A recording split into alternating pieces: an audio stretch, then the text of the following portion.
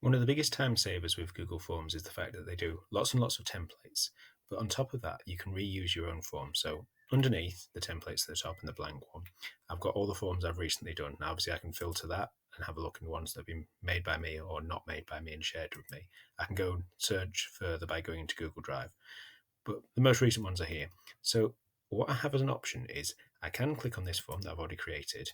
And if I wanted to make a new copy of it, so I'll keep that one, but I want to make a new copy, either to share it with someone else or to give it to someone else, or I want to adjust someone else's form a little bit. All I need to do is go up to the top right hand corner and go to the snowman and click make a copy. That will make an exact copy of this form.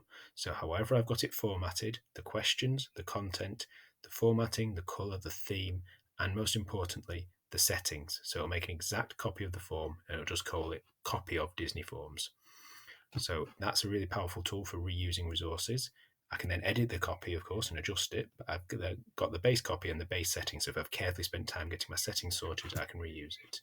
Now, there is another option as well. So if I go back to my main forms menu and I decide I'm going to make a blank form and I want to take elements from that Disney form because I liked some of it. I did it in a lesson a couple of weeks ago. I liked some of it. Some of it didn't work too well. So rather than make a complete copy, I'll go make myself a new form, or I could type in forms.new if I was being faster. And I've got an option over here. So instead of adding questions or adding elements to this existing form, the second one down is import questions. Now, this is a really, really powerful tool because I can look at all my forms again. So I could decide I want that Disney form. I'm going to select that, and it brings me up an import menu on the side.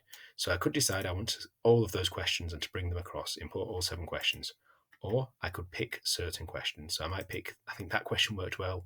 I think that question worked well. That's the one with Buzz Lightyear as a picture. And I think that question worked quite well. These 2, 3, not so many. So I'm going to import those 3 questions. When I import them, the content of the question comes across. If it is a required question or not comes across.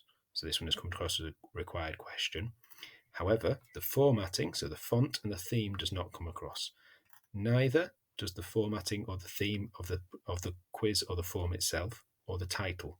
So I've just brought elements of it over. So finally, the settings do not come across either. So the settings for this form are the default settings for this form rather than the form I've brought these questions from. So if you made a bit of a mess of the settings or want to do it differently, that's a really effective way to get a fresh start with the same questions.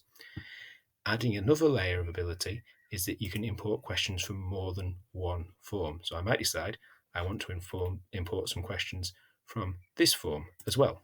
So I go over to that one and I can pick questions from that form as well. So I can merge several forms together and save myself doing a lot of work. That's really, really useful as a way of saving yourself time and being able to build resources quickly and not have to do the same work over and over and over again.